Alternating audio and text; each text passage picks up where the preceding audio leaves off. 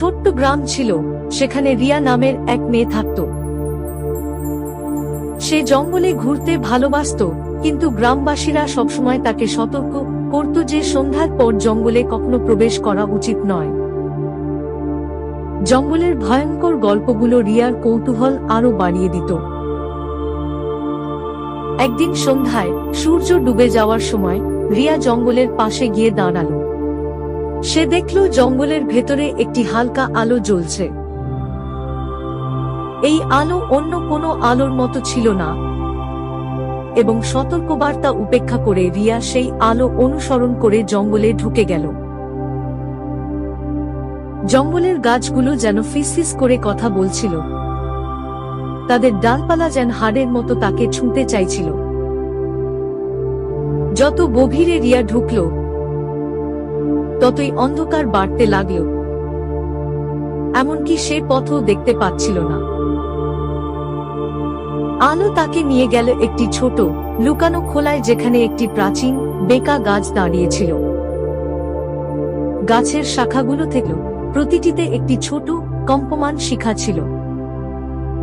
রিয়া কাছে গিয়ে দেখল লণ্ঠনগুলো সাধারণ নয়, প্রতিটির ভিতরে একটি ছোট মূর্তি বন্দী হয়ে তড়পাচ্ছিল। তারা সেই শিশুদের আত্মা ছিল, যারা জঙ্গলে এসে আর ফিরে যায়নি। হঠাৎ মাটির নিচে কম্পন শুরু হলো। বেকা গাছের শিকড়গুলো সাপের মতো কিলবিল করতে লাগলো এবং একটি বিশাল মুখের আকার ধারণ করল। এটি ছিল বন রক্ষক, একটি জীব যা জঙ্গলের রক্ষক হিসেবে নির্ধারিত ছিল, কিন্তু জাদুর প্রভাবে পরিবর্তিত হয়ে গিয়েছিল। সে পাতা ঝরে যাওয়ার মতো কণ্ঠে বলল, তুমি এখানে কেন এসেছো, শিশু? রিয়া ভয়ে কাঁপছিল, কিন্তু দৃঢ় ছিল। সে বলল, আমি আলো দেখে অনুসরণ করেছি। এই শিশুরা কেন এখানে বন্দী? বন রক্ষক দীর্ঘশ্বাস ফেলল, তার নিঃশ্বাস লণ্ঠনগুলোকে দুলিয়ে দিল। তারা একই আলো দেখে এখানে এসেছিল, হারিয়ে যাওয়া এবং কৌতূহলীদের জন্য একটি মায়া।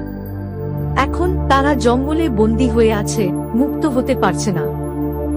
কাঁপা কণ্ঠে রিয়া জিজ্ঞাসা করল, তাদের মুক্তির উপায় কি আছে?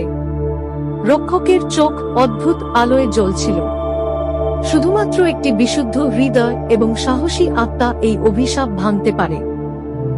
তোমাকে সত্যের শিখা থেকে লণ্ঠনগুলো জ্বালাতে হবে, যা জঙ্গলের গভীরে লুকানো আছে। কিন্তু সাবধান, যাত্রা ভীষণ কঠিন। রিয়া দৃঢ়তার সাথে মাথা নাড়ল।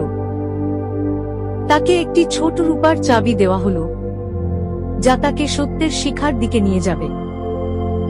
সে জঙ্গলের আরো গভীরে গেল, অনেক চ্যালেঞ্জের মুখোমুখি হলো এবং তার ভয়কে জয় করল।